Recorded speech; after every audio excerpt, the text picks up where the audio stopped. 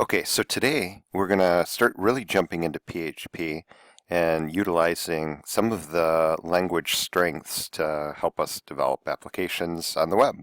So I powered on both my machines. I've got my IP address here. If I go over the server, this is where we left off. I've got my web page up here.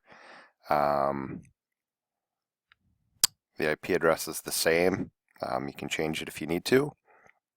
So the first thing I want to do is I want to make this so that way it will automatically save, or as soon as I automatically save, it'll automatically upload to the web server.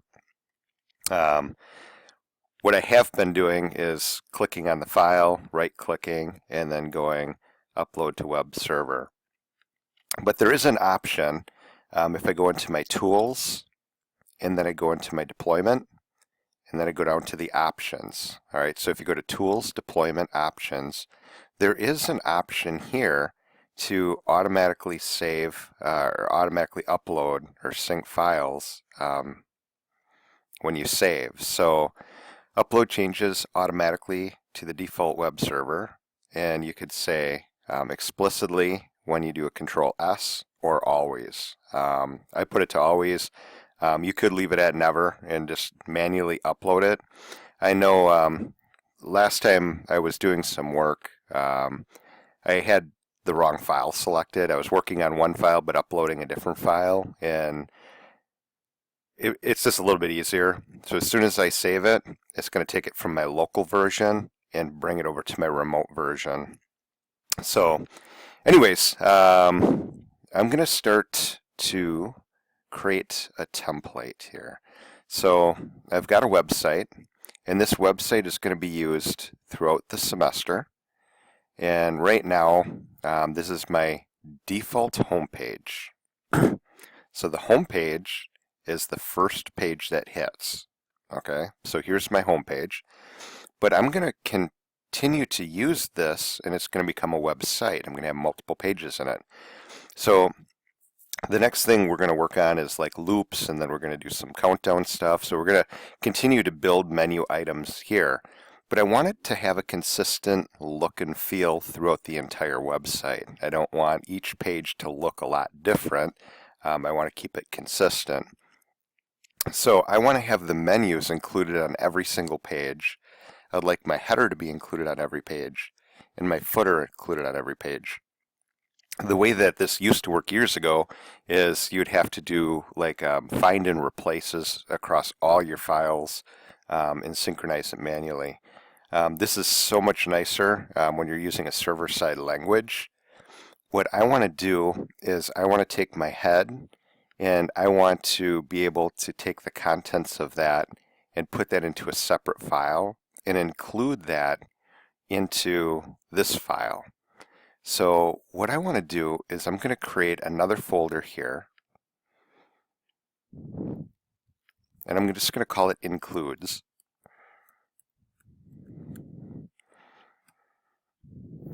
And these are going to be all of the pages that are going to be included into this file. So inside the includes, I'm just going to create a PHP document, and I'm just going to call this header.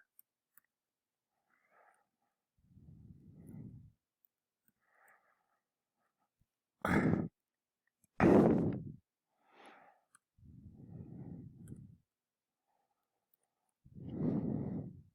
just going to get rid of the comment. Okay, so what I want to have in here, and actually I don't even need this to be PHP. I can use straight HTML. So I'm going to leave the header tag within the HTML documents. That way I know what's there. But the contents that I want to have included is going to be my H1. So I'm going to actually just cut this out. And then I'm going to go over to my header and then paste this in. So whatever's in this document, I want to include that right in this spot here. So that's going to be where I'm going to go here.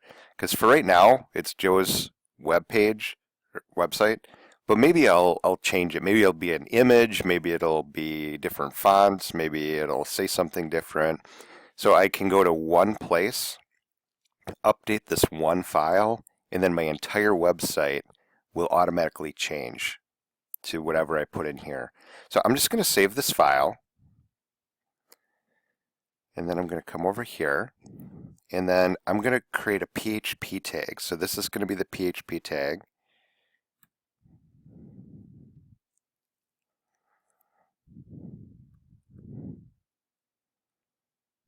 And then a closing PHP tag goes like this. And then I can do an include.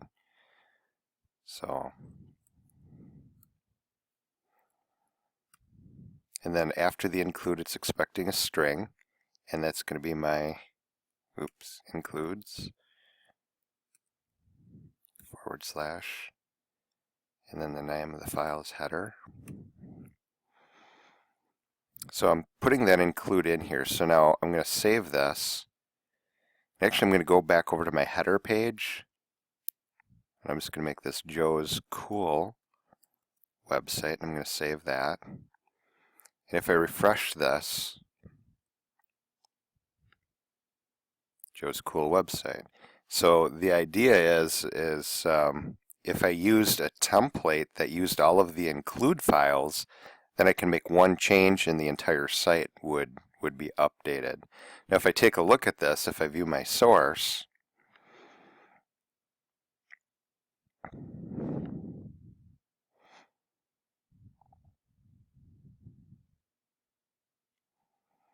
notice how I have a header, I have an H1, Joe's Cool website, H1 header. So because it's a server-side language, we're not seeing the server-side code. We're actually only seeing the markup. So I'm just going to continue working down here. So now I've got my nav, and then I've got my unordered list. So I'm going to do another include here. And then I'm just going to call this thing nav.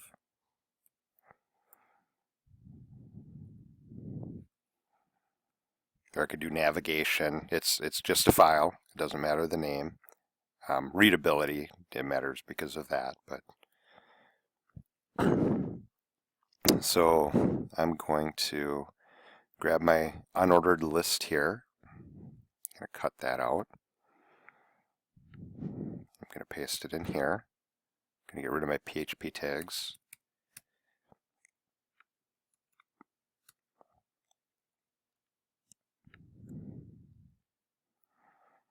So I don't know if you saw what I did there. I shift tabbed. So if you tab, it'll move it one direction. A shift tab moves it the other direction. Now, I don't have to have everything line up, but boy, it sure does look better when everything lines up. So that's just the way I do it. So this file, we're going to be referencing throughout the semester, because every time we have a new project, we're just going to add it in here, and it'll automatically be on our list. So I'm going to save this, and then over here, I'm going to do the same thing. I'm just going to do my include. I'm going to do, instead of the header, I'm going to use my nav. I could have named it navigation as well.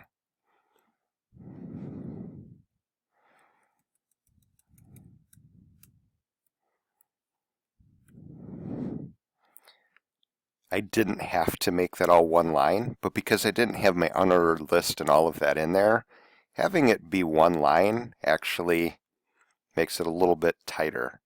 Okay, so I'm going to do the same thing with my footer here. I'm going to do new PHP file.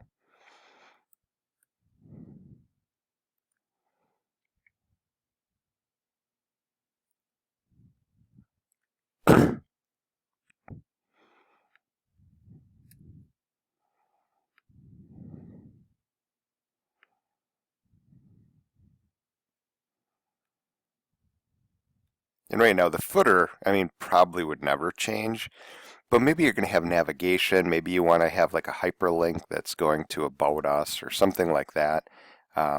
boom, put it in one spot, it'll be everywhere on the entire website. So that's a good way of going.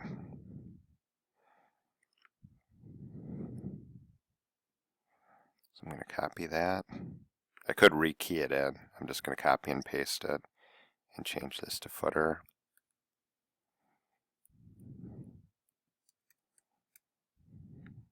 Save that. So at this point, I've got my header, I've got my footer, I've got my navigation. Could do things like title and everything, but for right now, I think you get the idea that I can take certain parts of this web page and put that content into a different file. So what I want to do is I want to do another file here. I'm going to do another PHP file, and I'm just going to call it template.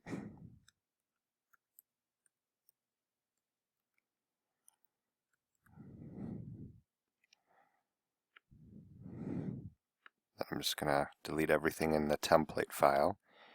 I'm going to go to my home page, and I'm going to just select everything. So I'm going to do my Control A, Control C, go over to my template, do my Control V to paste it.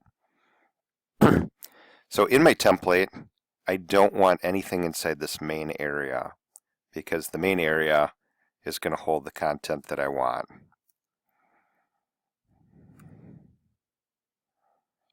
So every website will look like this. So I'm going to save this.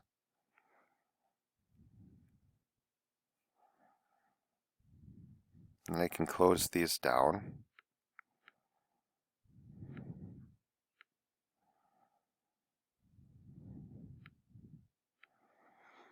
Okay, so I'm going to take a look over here. I don't know if you guys remember the test. The test was actually this file.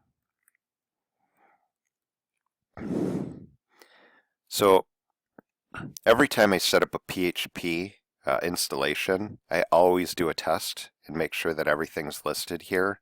For security reasons, I don't like leaving this file exist because if a hacker were to figure out where the PHP info file is, they can get quite a bit of information on what operating system you're using, what year it was installed, what version it's at, if you've got a database server. So for security reasons, I probably wouldn't leave it just hanging around. As a developer, especially when I'm developing on somebody else's machine, it's really nice to pop this file out there to see if some specific feature I'm trying to utilize has been enabled on the server. So it's a good tool for us, but big picture, I don't want to keep it hanging around.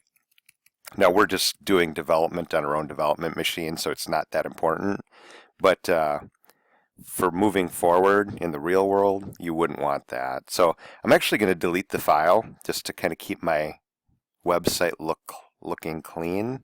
So I'm just going to delete that. And then, oh, that's kind of cool. It synchronized my delete as well. Okay, so now what I want to do is I want to move on and I want to start working with variables, and strings, and loops and stuff like that. So on my web page, I called it loop. So I'm going to create a folder in here. I'm going to call the folder loops because we're going to use more than one.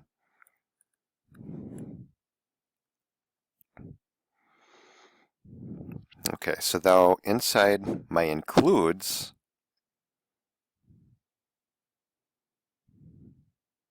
I've got my template. I'm going to copy that. I'm going to paste it in here. And then I'm going to call it loops.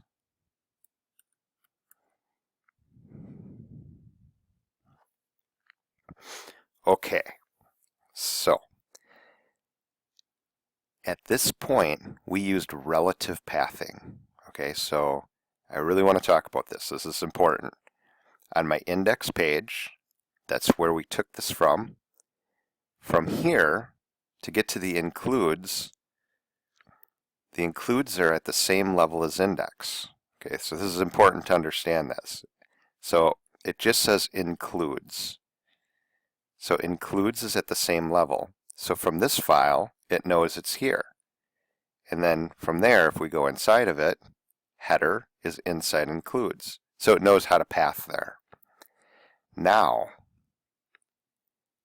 if I'm inside here, my loops, it's going to say relative to loops, there will be an includes folder. That includes folder isn't there. So it's actually not going to find the header, the navigation, or the footer. So if I were to go to my loops, oops, I should have went PHP.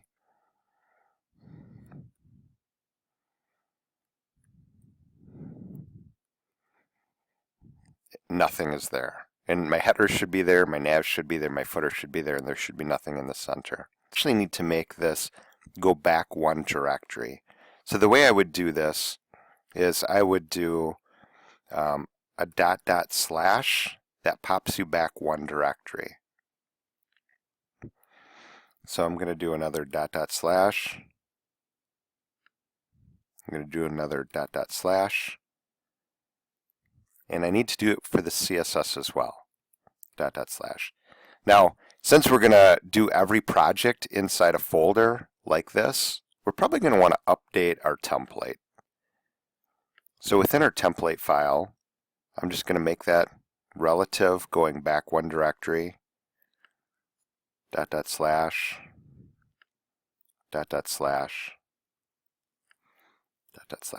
Now our home page, if I go back over to the home page here, we wouldn't want to do a ... because that would not work. So I'm just going to save this.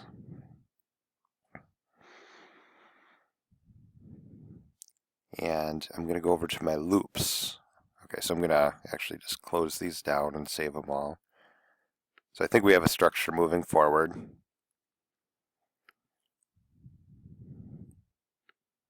Just going to open up my loops.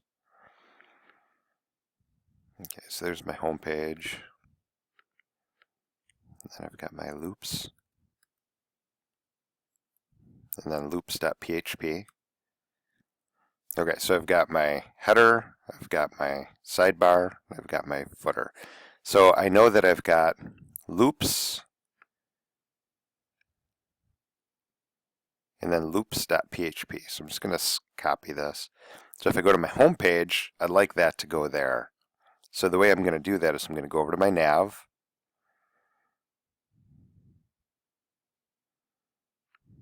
Inside my includes folder, I have my nav. I'm just going to paste that in. I'm going to save that.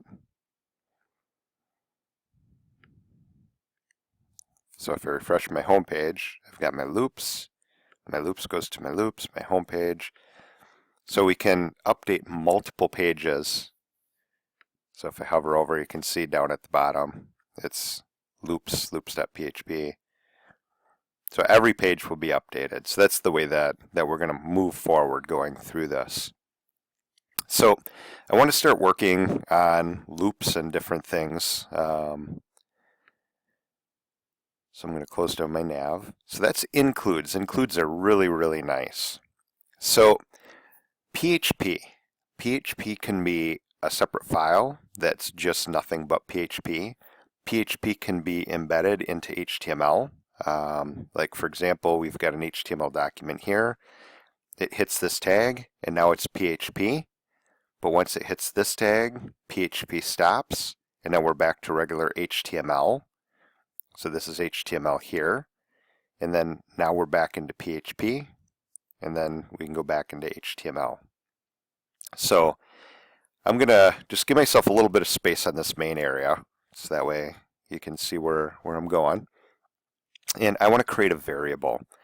All variables have certain rules. In PHP, all variables start with a $sign. You have to start with a $sign. The next rule is you have to have an alpha character. You can't use a numeric. So I can't have like $88. You know, that would not be a valid variable. I need it to be A through Z or something like that, lowercase or uppercase. So I'm just going to do $number. and I'll make the number equal to 100. So every line ends in a semicolon. So this is PHP, but right now it's running, and the web browser or the web server doesn't know that this needs to be processed as PHP. So I need to tell the web server, say, hey, kick this over to the PHP parsing engine and parse this as PHP. So the way that works is I need to do the less than question mark PHP, and then below I need to say question mark greater than. So this tag here lets the web server to know, oh, this is no longer HTML. Do this over in the PHP parsing engine. That engine runs, and then it will do its work, generate HTML, and then pass it back to the web server, and then the web server passes it back down to the browser. So now I have a variable. So if I were to save this, and if I take a look at my loops page, I can refresh it, and I don't see anything. And if I view my source,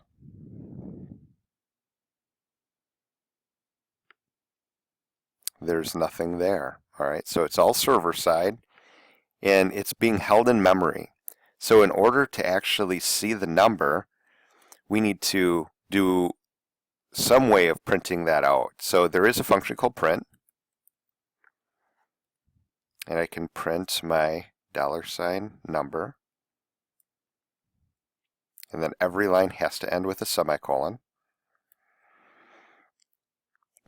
So print is one function that can be used. So if I refresh this, I see my 100s there. So another function that can be used, and which is more commonly used, is the echo.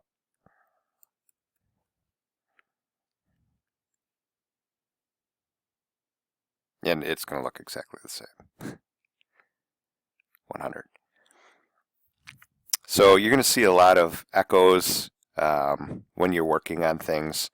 So the thing that's cool is we can have HTML. Oops, I should have hit this line. HTML, and we can have PHP, and then we can go back to HTML. But even within PHP, I can do things like a string, and then I can do things like H1, and then I can have another string, which is my closing H1 tag. So I've got a string, I've got a variable, and then I've got a string.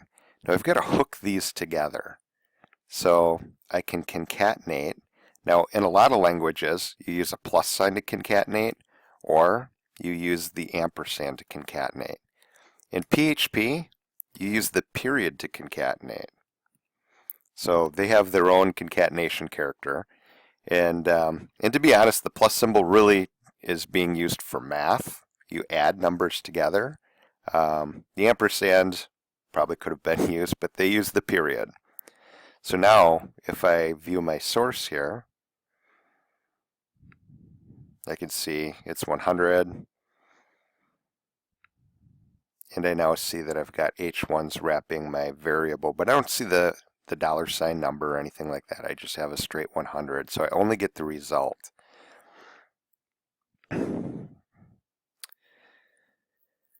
So what I want to do is I want to center everything in this main. I think that might look a little bit better, so I'm going to go into my style sheet. And within my main here, I'm just going to do a text align center. I'm going to save that. I'm going to refresh this. Okay, so I'm just going to work in the center. My home page, looks good enough. Okay.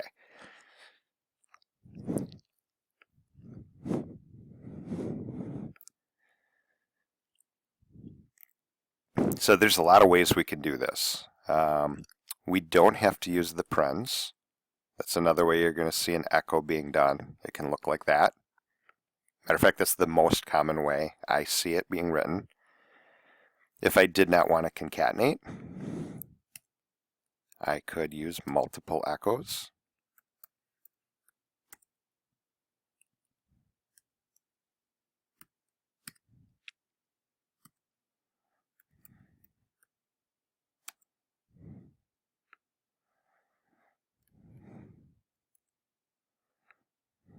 Same thing.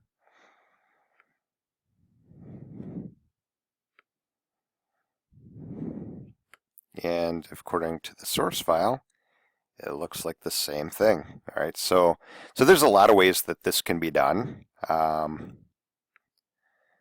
can also create another variable.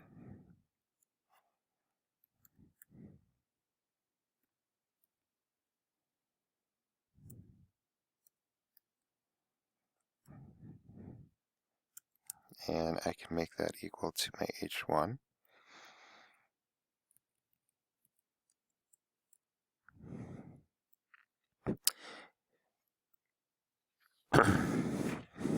And then what I can do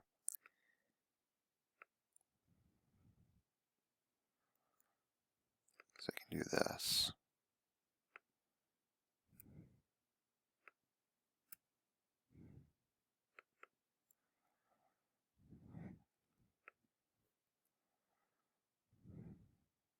So you're going to notice there's a lot of different ways things can be written.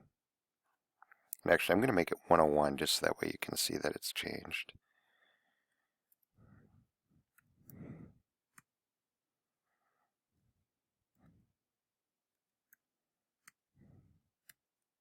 So I'm just going to save that and then refresh that. And if I view my source,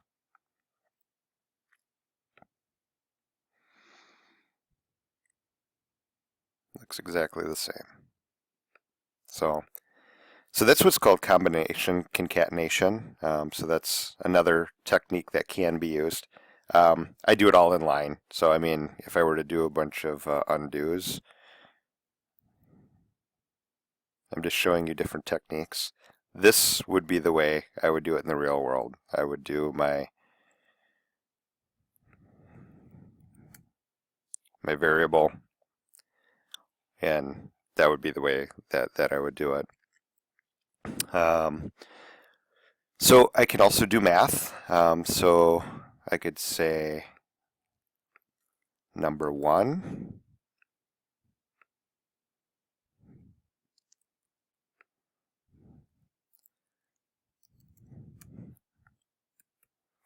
number 2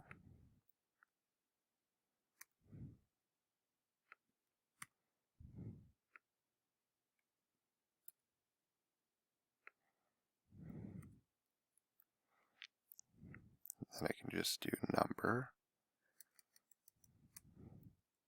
is equal to number 1 plus number 2.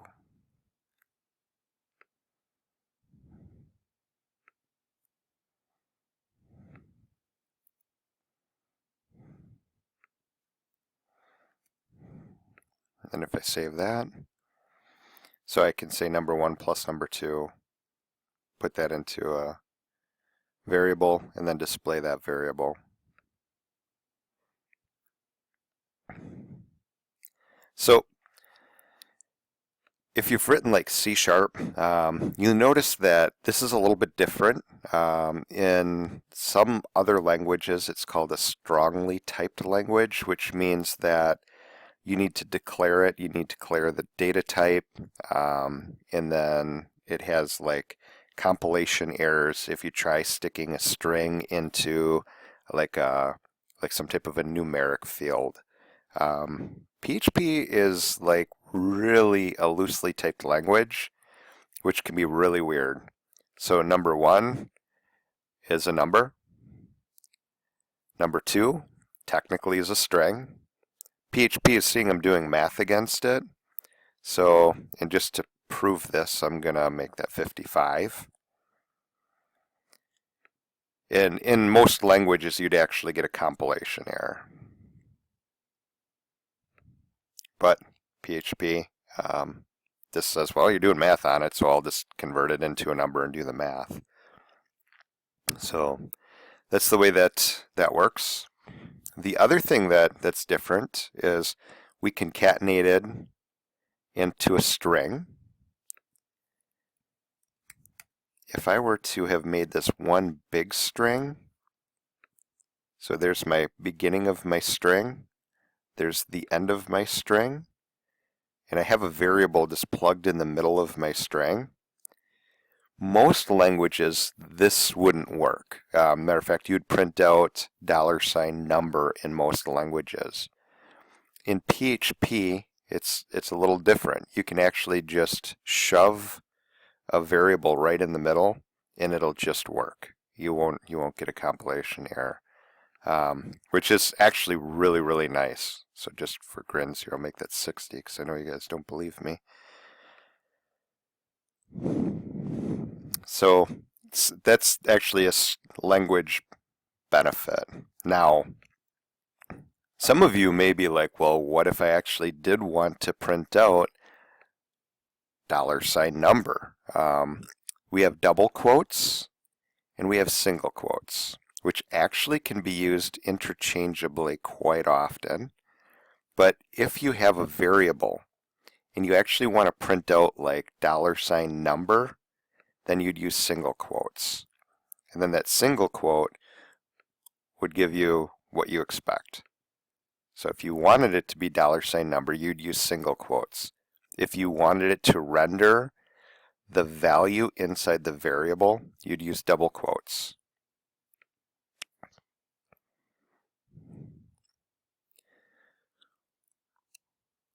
So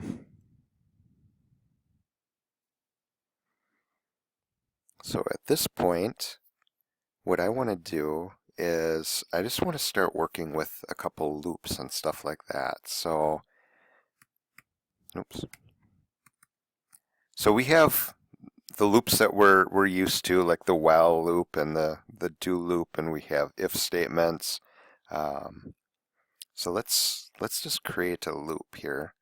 So I'm going to do $, and I'm just going to do I, and I'm going to make that equal to 1.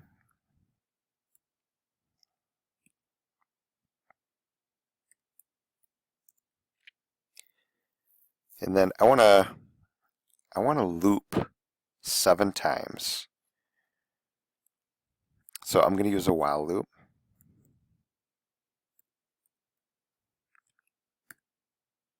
Oops. And I'm just going to say, as long as that is less than, okay, so I'm thinking in my head here, what I want to do is I want to dynamically change the H tag from 1 through 6. So actually I'm going to only loop 6 times. So I'm going to say as long as that's less than 7.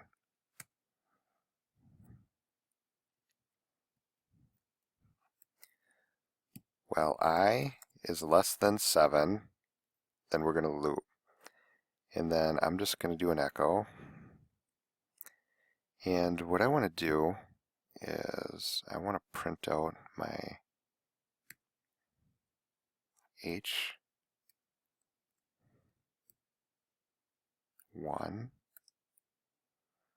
hello world.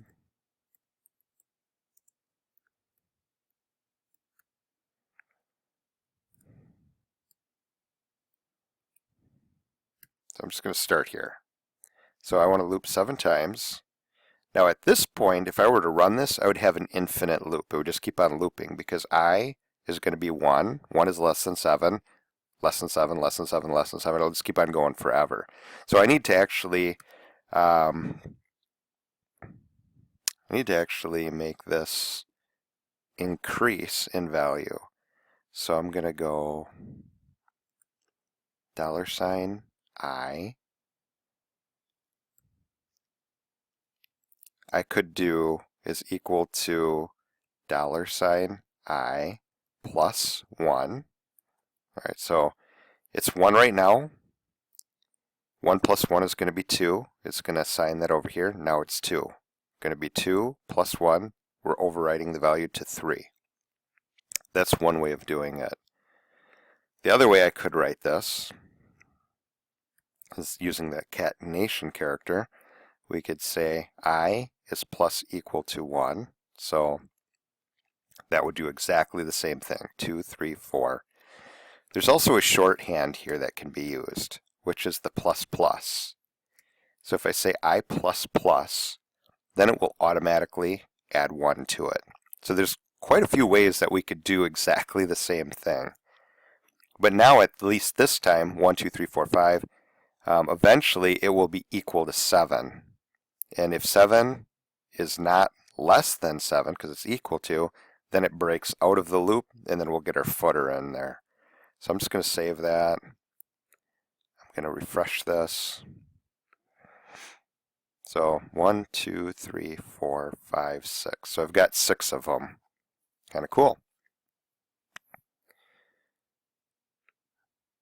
So what I can do is, instead of making this an H1, I can actually use that variable right there.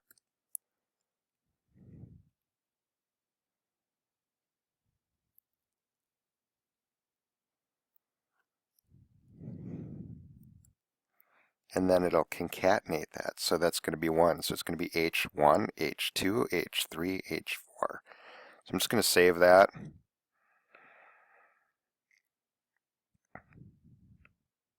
So notice we've got our H1, H2, H3, H4, H5, H6.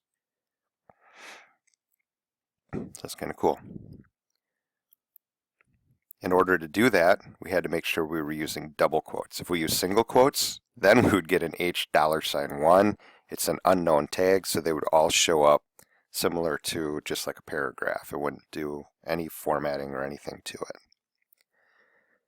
So that's the while loop.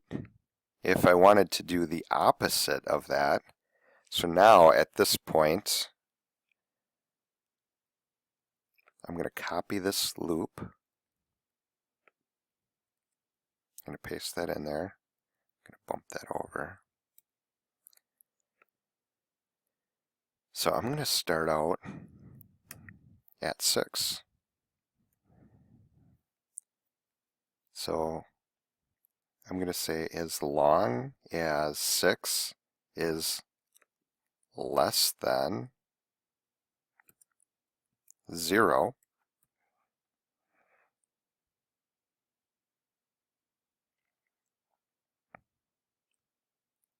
not less than, that's greater than. As long as 6 is greater than 0, then we're going to print this off. So we're going to go downward. So I'm going to want to, instead of doing the plus plus, I can do the minus minus. So all the same logic applies as I talked about up there, but now I have the ability to actually go down. So I'm just going to save this and refresh this. That's kind of cool. All right, so we go from H1 to H6, H6 to H1. That's pretty cool. Okay, so another type of loop that we could do is we could do a for loop. Matter of fact, the while loop, right now I'm doing it where it comes in, it's evaluating, and then doing the while. I could do it as a do while, so I could do the do and then the while on the bottom. So that way it'll execute this one time always, and then it will evaluate it. Pre-evaluation or post-evaluation is really the difference. So, you know what? I'm gonna do this. We've got a while loop here. I could do it this way. I can do a do.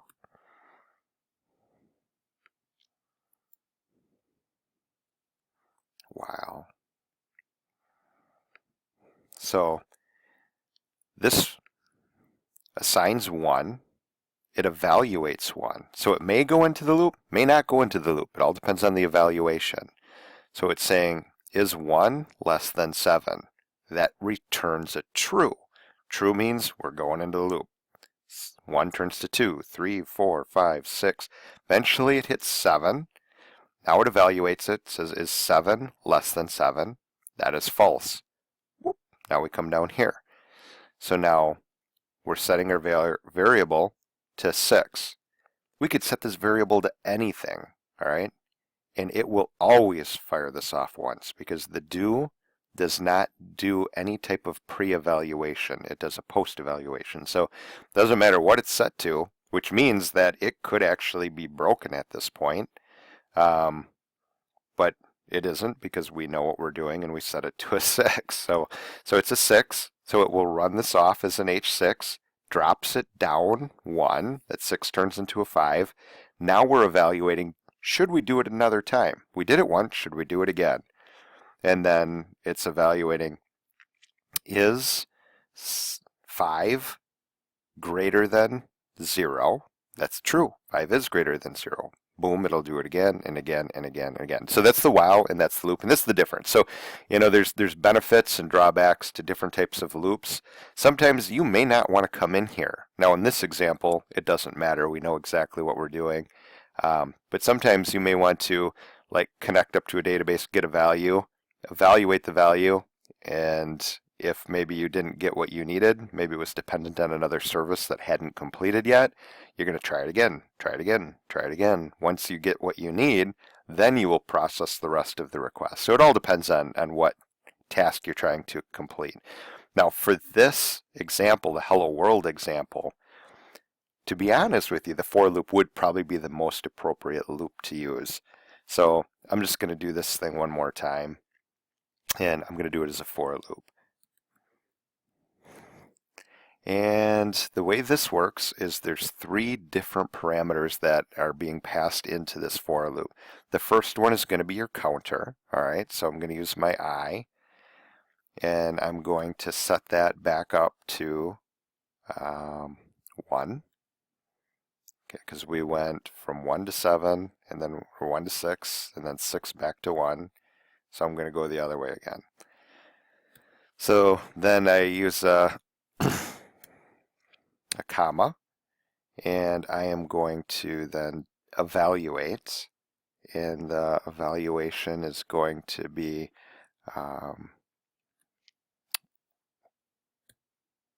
is this variable less than 7?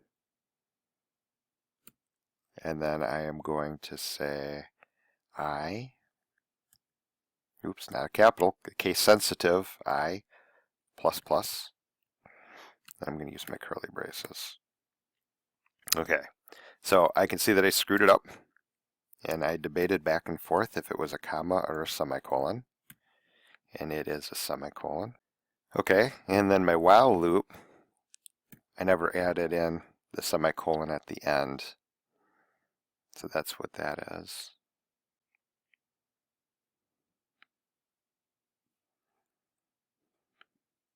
And I need a $sign before my variable name. So this is the for loop. The for loop, basically I'm doing an assignment statement. I've got a semicolon.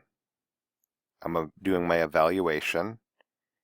And then I'm doing a continuous assignment. So the thing that's nice with having the assignment part of the for loop is I do not need to do this.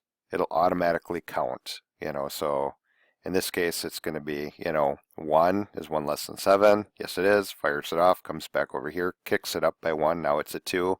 It evaluates as 2 less than 7, kicks it off, evaluates it, or reassigns it. 3, then it evaluates it. So that's the for loop. So I'm just going to save this and run this. So we've got yet another loop in here, but the thing that's nice with the for loop is we don't have to worry about keeping track of the counter. The counter's kept track of right up here. It's being assigned, and it's being auto-incremented. Okay, so I want to talk about strings as well. So um, we do have the ability to do some built-in functions when dealing with strings. And what I want to do here is I'm just going to create a variable, and I'm just going to call it full name.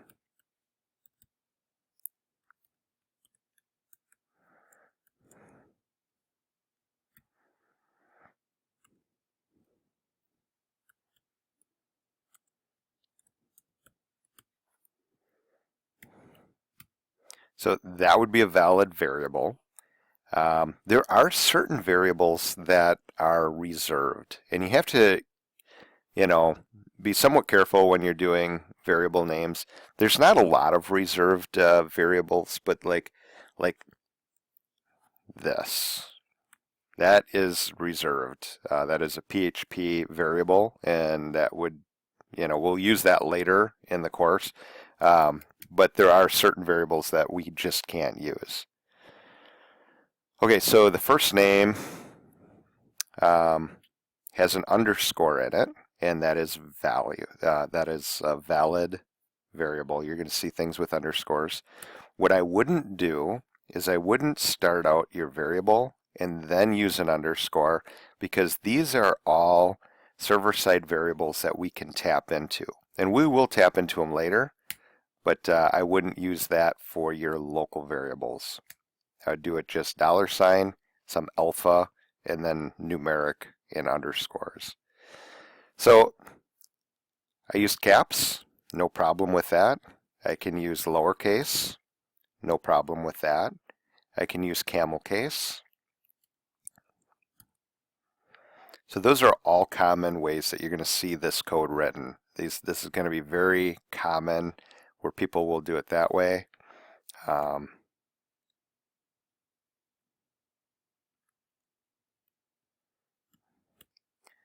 Or that way. Now, it is case sensitive, so later on, if I'm trying to reference it, I can't do like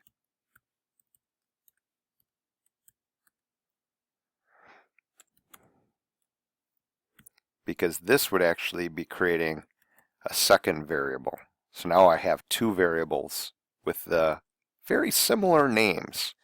I don't think that's a very good programming practice. You may get confused. So you can do it.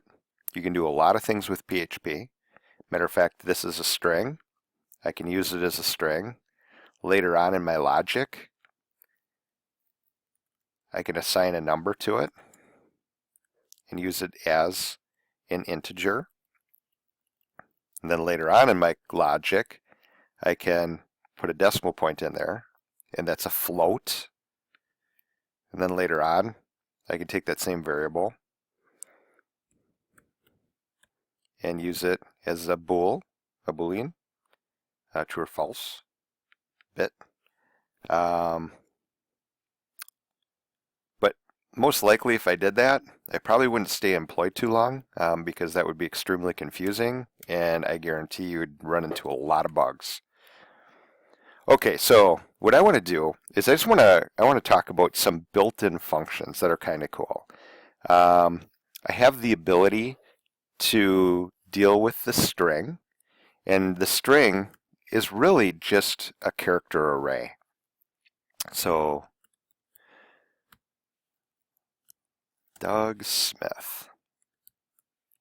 We're going to deal with arrays later on, but for right now, the string has positions in it. So the D is the 0 position, right? 1, 2, 3, and I've got that space right there. 4, 5, 6, 7.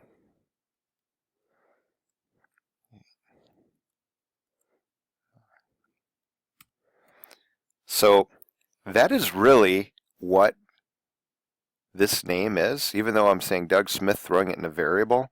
Underneath the hood, every single character is in an array with a specific index that has a number. Ooh, I screwed that up. I was so close. And that number ties back to a specific character. So they can, if we wanted to, we could get a position of a specific digit, or we can, I can say, give me the character at position 3, the char at, and it'll give me the G. Or I can say, give me the digit of the first instance of the S, and we'd come here and say, okay, well, S, that's a 5. So sometimes we need to do this when we're doing string manipulation. And we're going to do that a little bit later in the semester. We'll really delve into that. But for right now, I'm going to just I'm going to write a little bit of code, and I want to see if I can get the position of the space. All right, so I'm going to dig through here, and I know it's a 0-based array, so it's going to be 0, 1, 2, 3, and then the space should be 4. All right, so what I want to do is I'm going to just create a variable to hold that number. So, and I'm just going to call this thing position.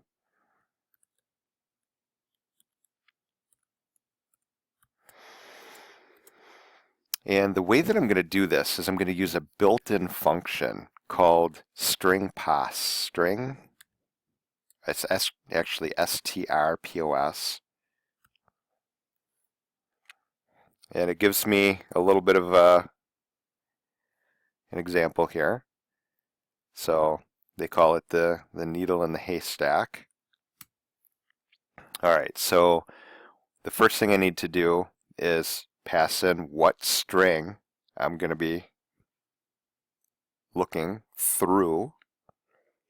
So that's going to be my full name variable. I'm going to be looking in this variable.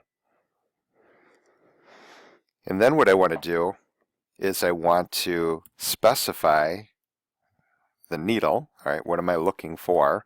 I'm looking for a space. That's what I want. So it's going to dig through the variable looking for the first instance of a space, and then it's going to return the position of the space. So it's going to dig through this, it's going to find that space, and it's going to say 0, 1, 2, 3, hey, I found it. It's at position 4. Okay, so hopefully it comes up with a position 4. So I'm just going to echo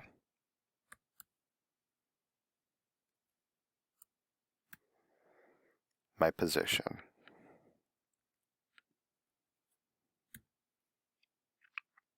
So I'm going to save this. I'm going to refresh this. I've got my 4 there. So that's how you can use that string position. There's a lot of, like the char at is another one, and we'll be using these more. The main thing I'm trying to show is the language has some built-in functions that we can use. As a matter of fact, let's just print out the name. So I'm gonna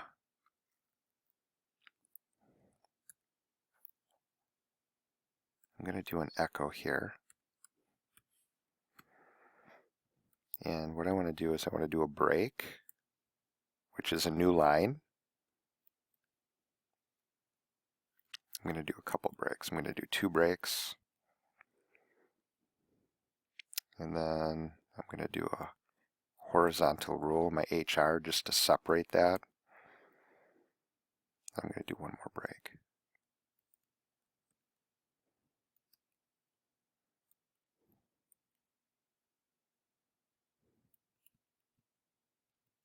A semicolon. Okay, so I'm just going to echo that out before I did this, and then after. Oops, I want to do it after I echo out the position. So if I save this, and if I refresh this,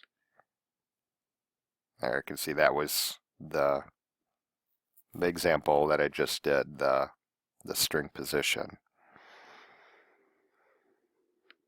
Okay, so I'm going to do the same thing again. Just going to paste this.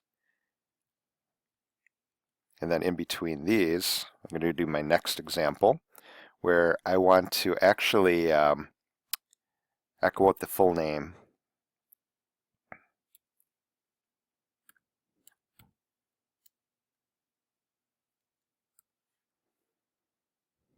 And the full name is here.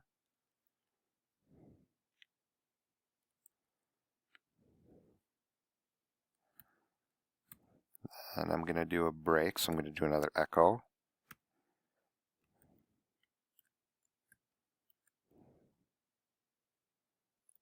So that's a new line. And then I'm going to echo out the full name again.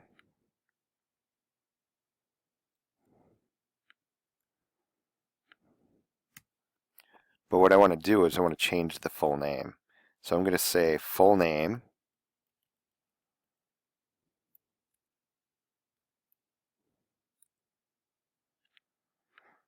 is going to be equal to, and then what I want to do is I want to use a function called string to upper, or str to upper. And then I pass in the string. So this function is going to take that full name, make it all uppercase, and then I'm going to print it out again. So I'm just going to save that.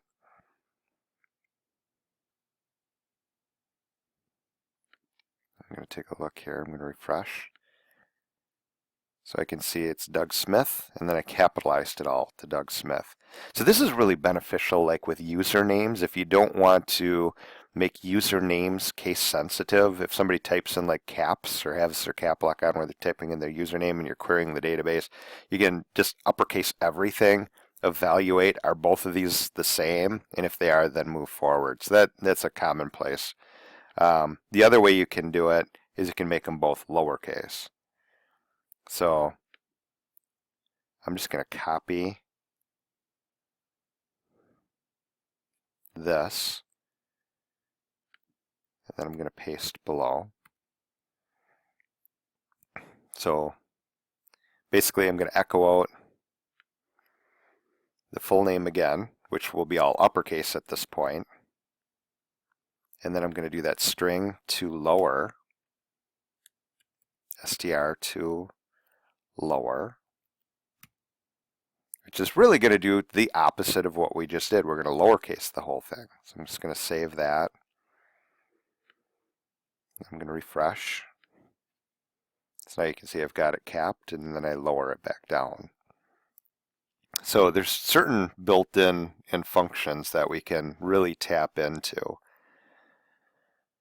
So the next thing I'm going to do here is I can actually break this thing apart. There's a function called explode. So I'm going to say $name parts.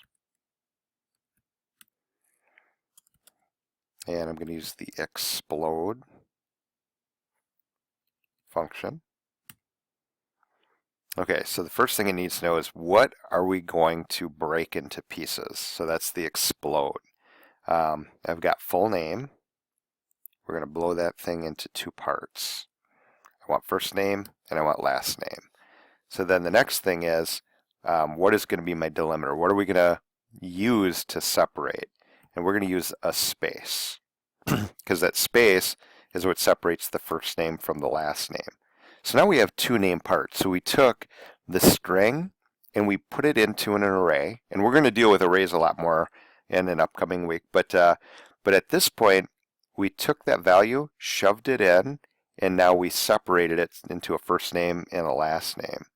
So what I can do now is I can echo out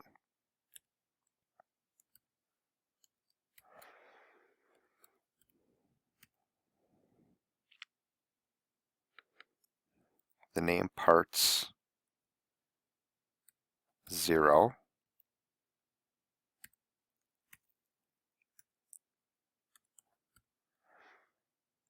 And then the name parts 1. And then in between there, I'll just throw a break in there.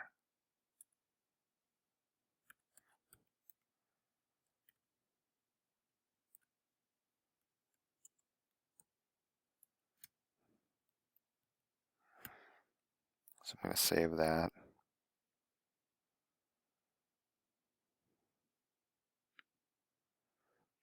Then if I refresh this, oh, I think I used this wrong. It goes, look for the space in this string. Yeah, so there's the string and there's the delimiter. I read that backwards. So I'm going to save that. I'm going to try that again.